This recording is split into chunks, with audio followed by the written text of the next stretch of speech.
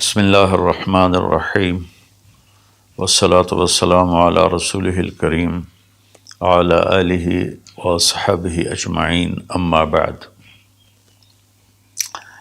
فاعوذ باللہ من الشیطان الرجیم بسم اللہ الرحمن الرحیم شہر رمضان الذی انزل فیہ القرآن وقال تعالی یا ایھا الذین آمنوا کتب علیکم الصیام کما کتب علی الذین من قبلکم لعلکم تتقون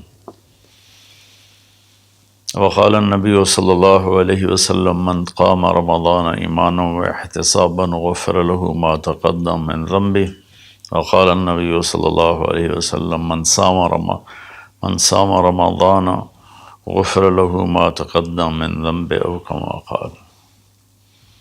جی میرے محترم بھائیوں بہنوں دوستوں بچوں بچیوں، میری طرف سے رمضان کی مبارک ہو۔ سارے اہل ایمان سارے مسلمانوں کو رمضان کی مبارک ہو، اور اللہ سے دعا ہے کہ اللہ تعالیٰ ہمارے اس روزے اور تراویح کو قبول فرمائے اور ہماری بخشش کا ذریعہ بنائے، آمین۔ کئی سالوں سے یہ معمول چل رہا ہے کہ رمضان میں قرآن کا کچھ خلاصہ وہ بیان کر دیا جائے۔ 1.25 پارہ پڑھا جاتا ہے، رات ہم نے 1.5 پارہ سنا، تو سارے کا تو خلاصہ مشکل ہوتا ہے، تو کچھ اس میں سے جو اللہ تعالیٰ دل میں ڈالے گا وہ میں عرض کر دوں گا۔ سب سے پہلی بات یہ ہے کہ یہ قرآن کیا ہے، یہ کتاب کیا ہے؟ تو اللہ تعالیٰ یہ کس نے اتاری ہے، اس کا مقصد کیا ہے؟ تو قرآن کا تعارف قرآن کی زبان سے، کہ قرآن خود اپنے بارے میں کیا کہتا ہے۔ تو پہلا سوال اٹھتا ہے یہ کس کی کتاب ہے، کہ کس نے لکھی ہے، کون مصنف ہے؟ تو اللہ تعالیٰ فرماتے ہیں سورہ شعراء میں وَإِنَّهُ لَتَنزِيلُ رَبِّ الْعَالَمِينَ، یہ پیغام ہے، یہ کتاب ہے، تھوڑی تھوڑی کر کے اتاری ہوئی، تنزیل تھوڑا تھوڑا کر کے اتارنا، انزال ایک ہی دفعہ اتارنا۔ رب العالمین، جو ساری کائنات کا مالک ہے اور لارڈ ہے اور بادشاہ ہے اور پالنے والا ہے۔ لفظ رب میں اللہ نے ایک خوبصورت اشارہ کیا ہے کہ میں تمہارا پالنے والا ہوں، تو جیسے تمہاری ماں تم سے پیار کرتی ہے اور تمہارے لیے ہر وقت آسائش پہنچانے کی کوشش کرتی ہے، ہر وقت راحت پہنچانے کی کوشش کرتی ہے، تکلیف سے بچانے کی کوشش کرتی ہے، تو یہ کتاب اس رب العالمین کی طرف سے ہے جو تمہارا پالنے والا ہے۔ وہ تمہارے لیے کبھی تکلیف نہیں چاہے گا، کبھی مشقت نہیں چاہے گا۔ میرے اس قانون پہ عمل کرنا تمہارے لیے سراسر فائدہ ہے، اور اس کو چھوڑ دینا تمہارے لیے سراسر نقصان ہے۔ لفظ رب میں یہ ایک پیغام اللہ تعالیٰ نے خاموش پیغام ہمیں دیا ہے۔ کس کی کتاب ہے؟ کا رب العالمین۔ رب العالمین تو آسمانوں پر ہے، تو نیچے کون لایا؟ تو اس کا جواب ہے نزل بہ الروح الامین۔ اس کے لیے ایک مقدس فرشتہ آیا جو امانت دار ہے، کہ وہ جس طرح اللہ کی طرف سے وہ پیغام ملا اسی طرح اس کو لے کر نیچے آیا۔ امین کے لفظ نے حضرت جبریل کی ضمانت دی، اللہ کی طرف سے ضمانت۔ اور روح جو ہر آلائش سے پاک ہے اور اللہ کا امر ہے، قل الروح من امر ربی۔ تیسری بات، کس پر اترا ہے، کس کو یہ دیا گیا ہے کلام؟ علی قلبک، اے میرے محبوب یہ آپ کے رب کا کلام ہے، جبریل اس کو لایا ہے اور آپ کے دل کے اوپر اتارا ہے۔ پہلی 3 کتابیں لکھی ہوئی اتار دی گئیں بیک وقت۔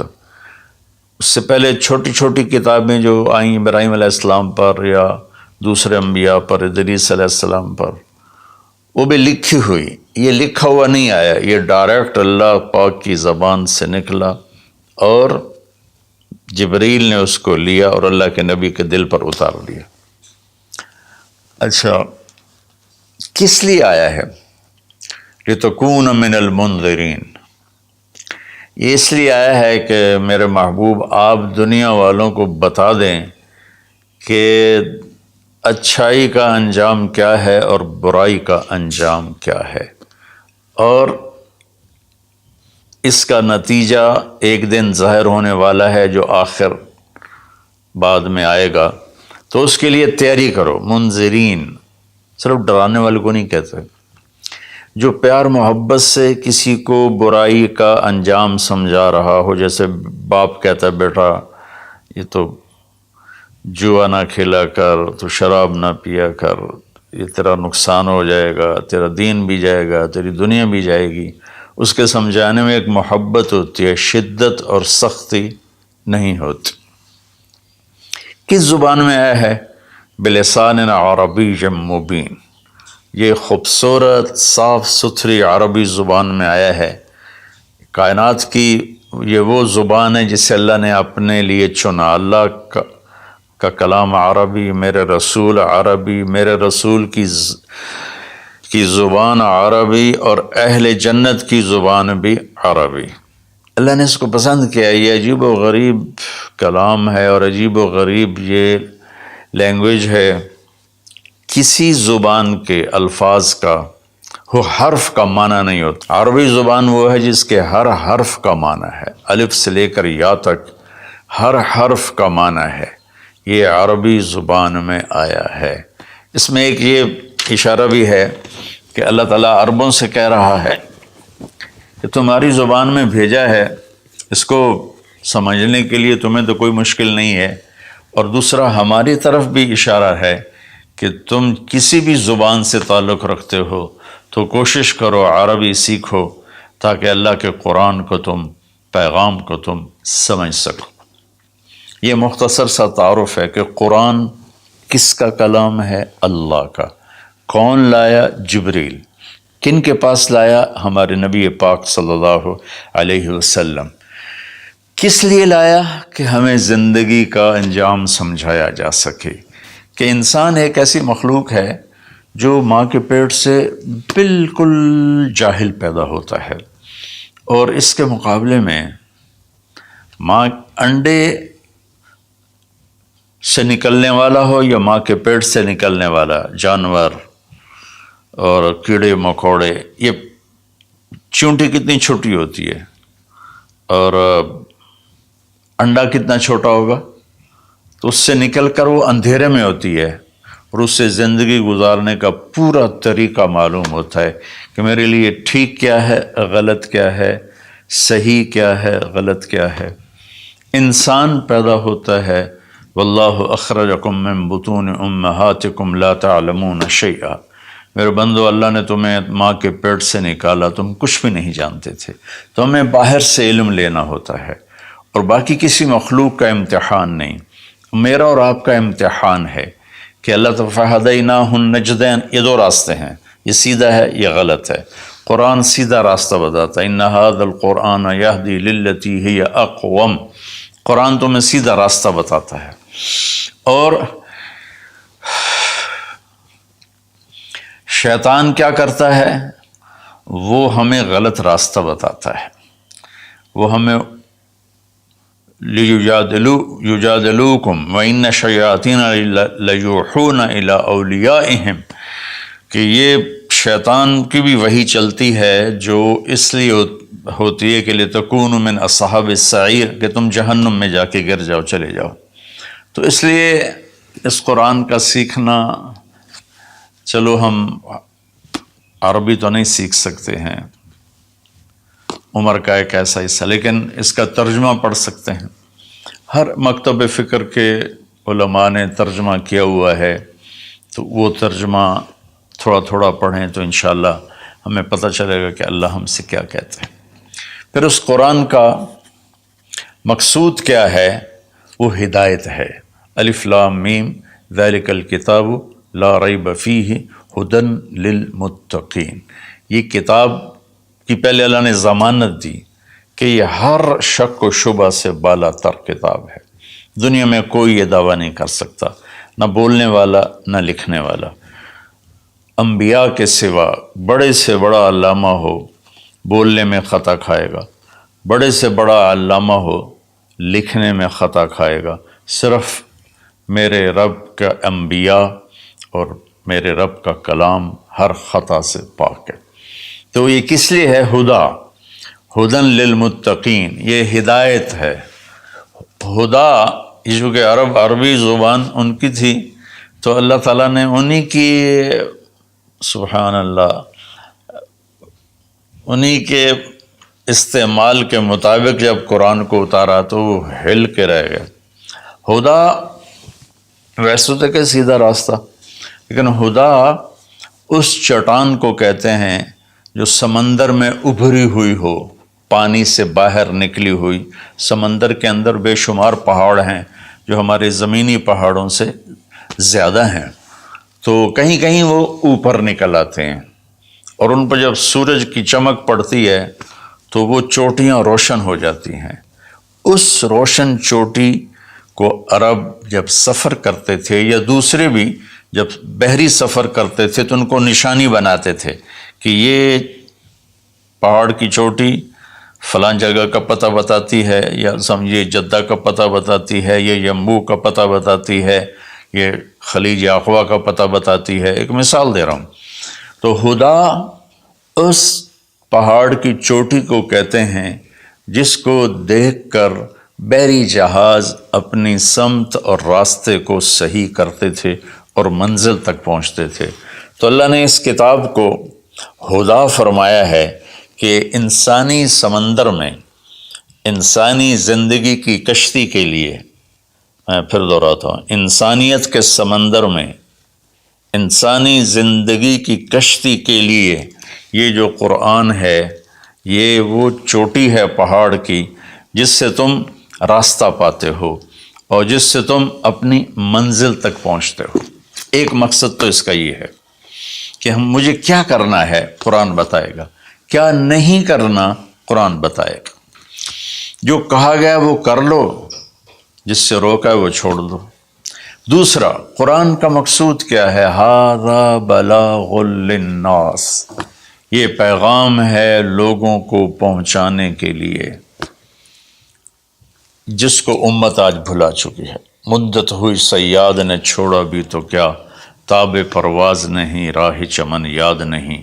مدت ہوئی، پرندہ پنجرے میں بند تھا، جب شکاری نے اس کو کھولا پنجرے کا دروازہ اور کہا کہ جاؤ آزاد ہو، تو وہ کہتا ہے تاب پرواز نہیں، میں اڑ نہیں سکتا، تم بہت چھوٹی عمر میں مجھے پکڑ کے لائے تھے میرے گھونسلے سے، راہ چمن یاد نہیں، اور مجھے یہ راستہ بھی معلوم نہیں کہ میرا گھونسلہ کس چمن میں تھا، کس درخت پہ تھا، کس شاخ پہ تھا، میں کچھ نہیں کر سکتا۔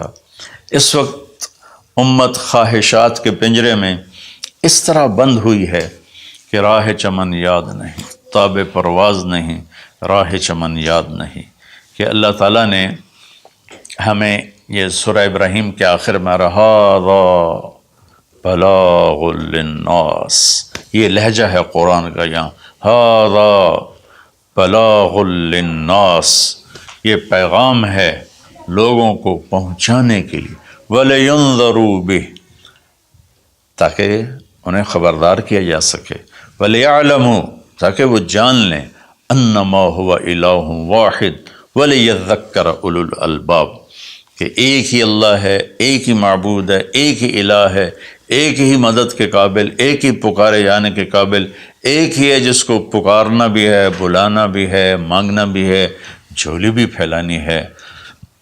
یہ اس کا دوسرا مقصد ہے۔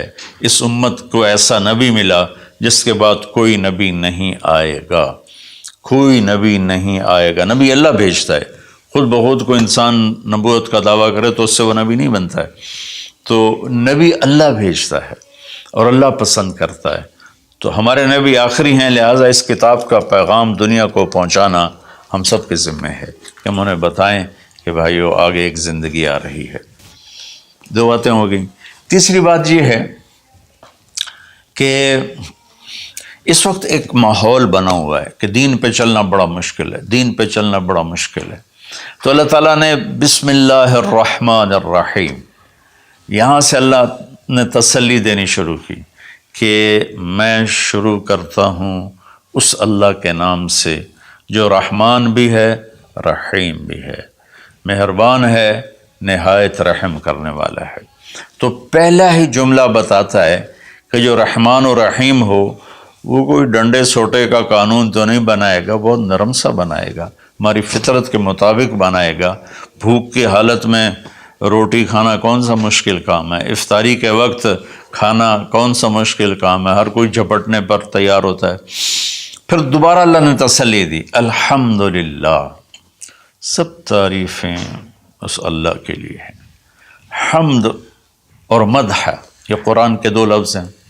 حمد ہے وہ تعریف جس کے وہ لائق ہے، اور مدح میں خوش آمد ہے۔ آپ نے فرمایا یا معاذ ایاک والتمادح فإنہ الذبح، معاذ خوش آمد کرنے سے بچنا یہ ذبح کر دینے والی چیز ہے۔ تو اللہ تعالیٰ نے کہا سب تعریفیں تیرے اللہ کی، اور اللہ کے صفاتی نام 99 ترمذی شریف میں ہیں، لیکن وہ 99 نام صرف نہیں ہے بلکہ جیسے اللہ اپنی ذات میں لامحدود ہے تو اس کی نام بھی لامحدود ہیں، لیکن ذاتی نام جو ہے وہ اللہ ہے۔ اللہ میرے بر صغیر میں خدا بولا جاتا ہے عام طور پہ، اہل علم بھی یہی بولتے ہیں، عام لوگ بھی یہی بولتے ہیں۔ میرا اس سے کوئی اختلاف نہیں ہے کہ یہ نہیں بولنا چاہیے۔ خدا فارسی کا لفظ ہے، پتہ نہیں کس نے یہ لفظ بنایا، خدا، وہ جسے کسی نے نہ بنایا ہو اسے خدا کہتے ہیں، لیکن اللہ نے اپنا نام بتایا کہ میرا نام اللہ ہے۔ تو ترجمہ لفظوں کا نہیں ہوتا، نام کا ترجمہ نہیں ہوتا، ترجمہ عبارات کا ہوتا ہے۔ میرا نام طارق جمیل ہے، اس کے الفاظ کا مطلب ہے کچھ، لیکن مجھے طارق جمیل کہہ کے پکارا جاتا ہے، اور طارق رات کو آنے والا، اور طارق کھٹکھٹانے والا، میں تو کوئی نہیں کھٹکھٹا رہا۔ مولانا خوبصورت، جمیل خوبصورت کو کہتے ہیں، نام کا ترجمہ نہیں ہوتا۔ اس لیے بہتر یہ ہے کہ اللہ کو صرف اللہ کے نام سے پکارا جائے، اللہ، سبحان اللہ، زبان ہی میٹھی ہو جاتی، اللہ۔ یہ کوئی حرام حلال کی بات نہیں کر رہا ہوں، افضل اور اولا کی بات کر رہا ہوں کہ جو نام اللہ نے اپنا کہا، اللہ، قرآن کو شروع اس سے کیا، ہمیں اللہ کہنا چاہیے۔ جو لفظ اللہ میں نور ہے وہ لفظ خدا میں ہے ہی نہیں، صرف اللہ کا حق، صرف اللہ کا حق۔ اور اللہ کے نام میں ایک عجیب صفت ہے، کسی بھی نام کا کوئی لفظ حرف نکالو تو مطلب بدل جاتا ہے۔ جیسے طارق، رات کو آنے والا، طرق، الف نکال دو، طرق، تو طرق کا مطلب ہے زمین پہ قدم مارنا، طریق سے طرق ہے۔ طریق ہوتا ہے زمین کی وہ جگہ جس پر پاؤں کی دھمک پڑتے پڑتے پڑتے پڑتے راستہ بن جائے، اس لیے اس کو طریق کہتے ہیں۔ تو توئے ہٹا دو تو ارق، بے قرار۔ جمیل کا جیم ہٹا دو تو میل بن گیا، میل بن گیا۔ یہ ہٹا دو تو جمل، اونٹ بن گیا۔ لفظ اللہ کی ایک خصوصیت ہے کہ اس کے ہر حرف کو ہٹا دو تو اشارہ اللہ کی طرف ہی ہوتا ہے، اللہ اللہ ہی ہے۔ الف ہٹا دو، للہ، تو اللہ کہتا ہے للہ ما فی السماوات و ما فی الارض، تو اشارہ اللہ کی طرف۔ اگلا لام ہٹا دو تو بچ جاتا ہے لہو، تو اللہ تعالیٰ کہتا ہے لہو ما فی السماوات و ما فی الارض۔ پچھلا لام ہٹا دو، الف کے بعد کا لام ہٹایا تو الہ بن گیا، اور آخری لام ہٹایا تو لہو بن، آخری لام ہٹایا تو الہ بنا۔ اور پہلا ہٹائے تو لہو بنا. تو میرا رب کہتا ہے اللہ، اچھا اللہ، الف ہٹا دو، للہ، اللہ، للہ ما فی السماوات و ما فی الارض، پھر لام بھی ہٹا دو، الف بھی ہٹا دیا، لام بھی ہٹا دیا، تو لہو ما فی السماوات و ما فی الارض. پھر آخری لام کو ہٹا کے پہلے لام کو بچا لیا تو وَهُوَ الَّذِي فِي السَّمَاءِ إِلَٰهٌ وَفِي الْأَرْضِ إِلَٰهٌ. اور پھر سب سے عجیب بات کہ سارے حرف ہٹا کر آخری ہے کی پیش کو باقی رکھو نا، تو وہ ہے اللہ لا الہ الا ہو. اللہ لا الہ الا ہو، هو اللہ الذی لا الہ الا ہو، قل هو اللہ احد، هو اللہ الذی لا الہ الا ہو. یہ لہو ما فی السماوات و ما فی الارض. تو اللہ تعالیٰ نے ہمیں تسلی دی کہ میں بہت بڑا ہوں. اچھا یہ اللہ، یہ جو تو قانون بھیج رہا ہے تو قانون تو بڑے سخت ہوتے ہیں، تو اللہ کہتا رب العالمین، نہیں میں تمہاری ماں سے زیادہ پیار کرنے والا ہوں، میں تم پر ایسے ڈنڈے نہیں چلاؤں گا. تو لیکن میرا اللہ کہتا ہے کہ میرا بندہ میں تیری ماں سے 70 گنا کا مطلب 70 نہیں ہوتا، لا محدود درجے میرا پیار ہے. پھر تسلی نہیں ہوتی، اللہ تو قرآن تو بھیج رہا ہے، پتہ نہیں ہم عمل کر سکیں گے کہ نہیں کر سکیں گے. تو پھر اللہ کہتا ہے الرحمن الرحیم. کیوں ڈر گئے ہو؟ کیوں قرآن کے مطابق دکان نہیں چلاتے، زندگی نہیں گزارتے، جاب نہیں کرتے، زراعت نہیں کرتے، تجارت نہیں کرتے، شادی نہیں کرتے، ساری چیزوں کو بنا لیں، تو کیوں ڈرتے ہو؟ رب العالمین پہلی گارنٹی، الرحمن الرحیم پہلے بسم اللہ سے. پھر دوسری گارنٹی اللہ، کہ میں اللہ ہوں، نفع نقصان کا مالک ہوں. پھر رب العالمین، تم پر مہربان ہوں، تمہارا پالنے والا ہوں. پھر الرحمن الرحیم کی دوبارہ تکرار ہے. کیوں ڈرتے ہو؟ رحمان بھی ہوں، رحیم بھی ہوں. اب اللہ نے جزا سزا کا بھی ایک رکھا نا، کہ بہت سے لوگ ہیں جو محبت کی بات جتنی بھی کرو وہ الٹا ہی سوچتے ہیں، تو اس کو دھمکانے کے لیے مالک یوم الدین. پھر یہ بھی یاد رکھنا کہ میرے پاس جزا سزا کا بھی نظام ہے. اس کو اللہ تعالیٰ اتنے خوبصورت انداز میں بیان کرتا ہے کہ ہم تو چونکہ عرب نہیں ہیں، لیکن عربی کچھ پڑھی تھوڑی بہت، اللہ نے اس کا ذوق بھی دیا. تو ابھی ساری بات ہو رہی کہ وہ ایسا ہے، وہ ایسا ہے، وہ ایسا ہے، لیکن آگے ہے ایاک نعبد و ایاک نستعین. یا اللہ تیری ہی بندگی کرتے ہیں، تجھی سے مدد مانگتے ہیں. تو ایک دم جیسے اللہ سامنے آ گیا ہو، الحمدللہ رب العالمین الرحمن الرحیم. ان الفاظ نے اس طرح کر دیا جیسے اللہ میرے سامنے آ گیا ہے، جیسے کأنک تراہ، جیسے اللہ میرے سامنے آ گیا تو میں کہتا ہوں ایاک نعبد، یا اللہ میں تو تیری ہی بندگی کرتا ہوں، و ایاک نستعین، یا اللہ میں صرف تجھے پکارتا ہوں مدد کے لیے، میں کسی اور کو نہیں پکارتا. میرے نبی نے حضرت عبداللہ بن عباس سے فرمایا وَإِذَا سَأَلْتَ فَاسْأَلِ اللَّهِ وَإِذَا اسْتَعَنْتَ فَاسْتَعِنْ بِاللَّهِ، کہ اے بچے، اے میرے یا غلام، اے میرے پیارے چچا زاد بھائی، تو ایسا جب تجھے پکارنا ہو تو اللہ کو پکارنا. مدد کے لیے صرف اللہ ہے جو آتا ہے، اللہ کے سوا کوئی مدد نہیں کر سکتا. یہ اسباب کی دنیا ہے، ایک دوسرے سے مدد لینا. تو میرے نبی نے قرضے اٹھائے، میرے نبی نے زرہ پہنی، میرے نبی نے تلوار اٹھائی، لیکن وہ کام جو براہ راست اللہ کے ہاتھ میں ہے، ان میں صرف اللہ کو پکارا جاتا ہے، ان میں صرف اللہ کو پکارا جاتا ہے. ایاک نعبد و ایاک نستعین. علماء فرماتے ہیں ساری آسمانی کتابوں کا خلاصہ قرآن ہے، اور قرآن کا خلاصہ سورۃ فاتحہ ہے، اور سورۃ فاتحہ کا خلاصہ ایاک نعبد و ایاک نستعین ہے.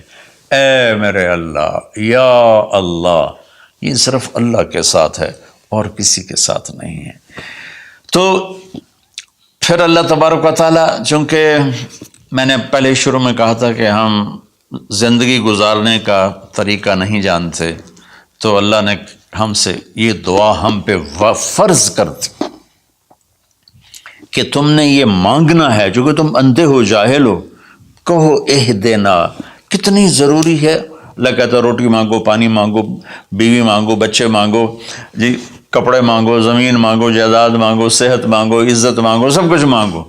لیکن ایک چیز اللہ نے فرض کر دی کہ میرے بندے اگر تو ہدایت کے بغیر مر گیا تو برباد ہو جائے گا، لہذا تم پہ واجب کرتا ہوں، فرض کرتا ہوں کہ اہدنا الصراط المستقیم. اہدنا پہلے میں بتا چکا ہوں کہ ہدا، یا اللہ وہ چٹان دکھا دے جس کو دیکھ کر میری زندگی کی راہیں صحیح جگہ تک مجھے پہنچائیں.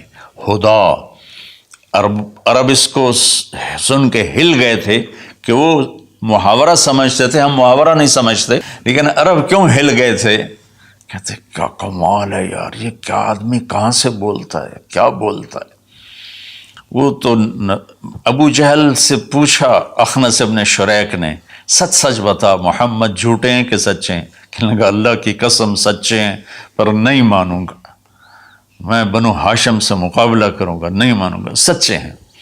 تو اہدنا، یا اللہ وہ چٹان دکھا، وہ کیا، وہ قرآن ہے جس کو دیکھ کر میں تجھ تک پہنچ جاؤں.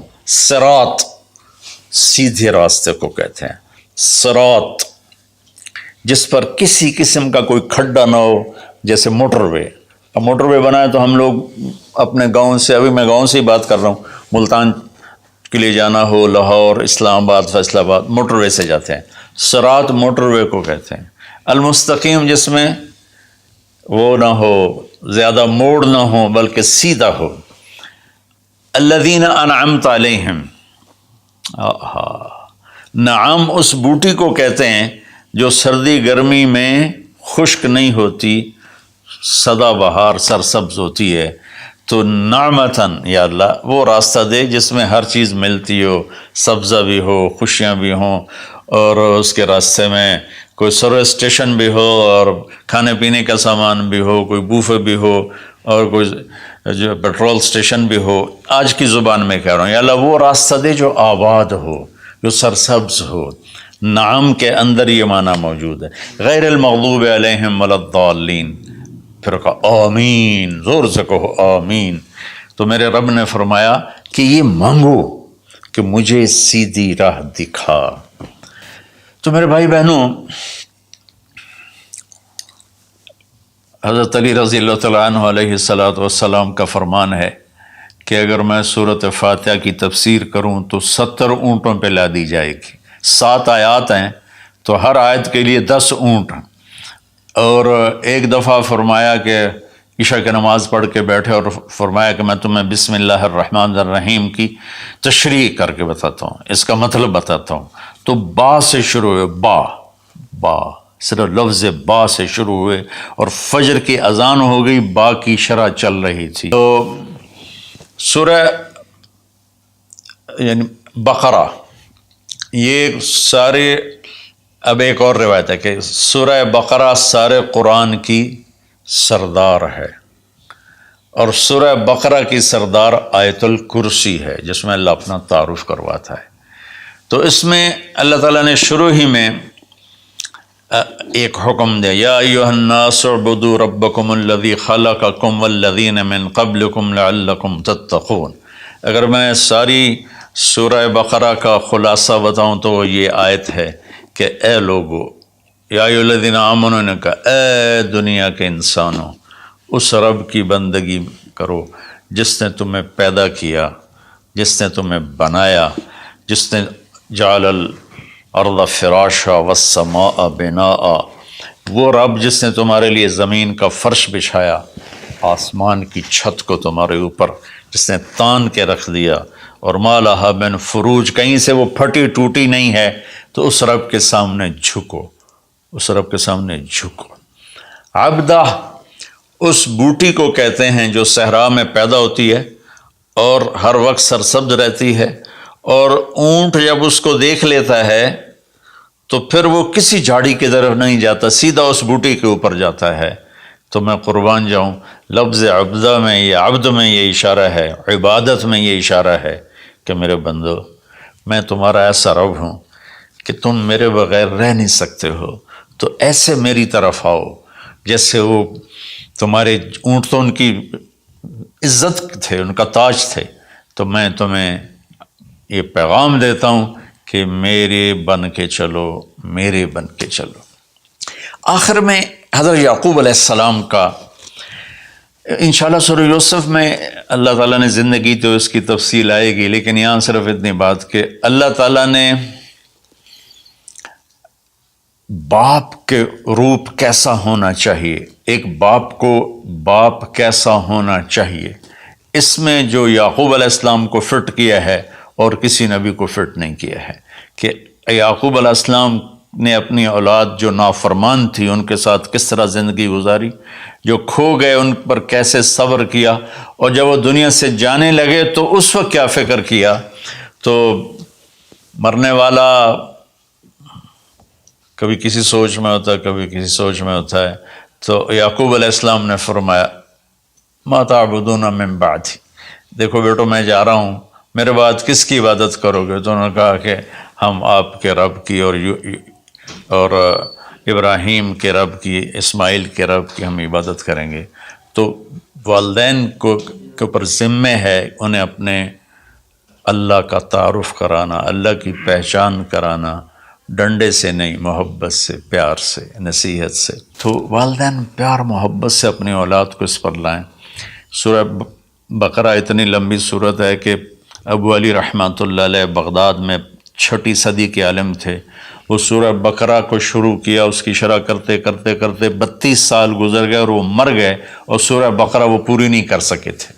تو میں خلاصے کے طور پر اس میں سے یہ بتا رہا ہوں کہ ہم اپنے اللہ کو پہچانیں، اسی کو معبود بنائیں، اسی کو اپنا مددگار بنائیں، اسی کی بندگی اور عبادت کریں۔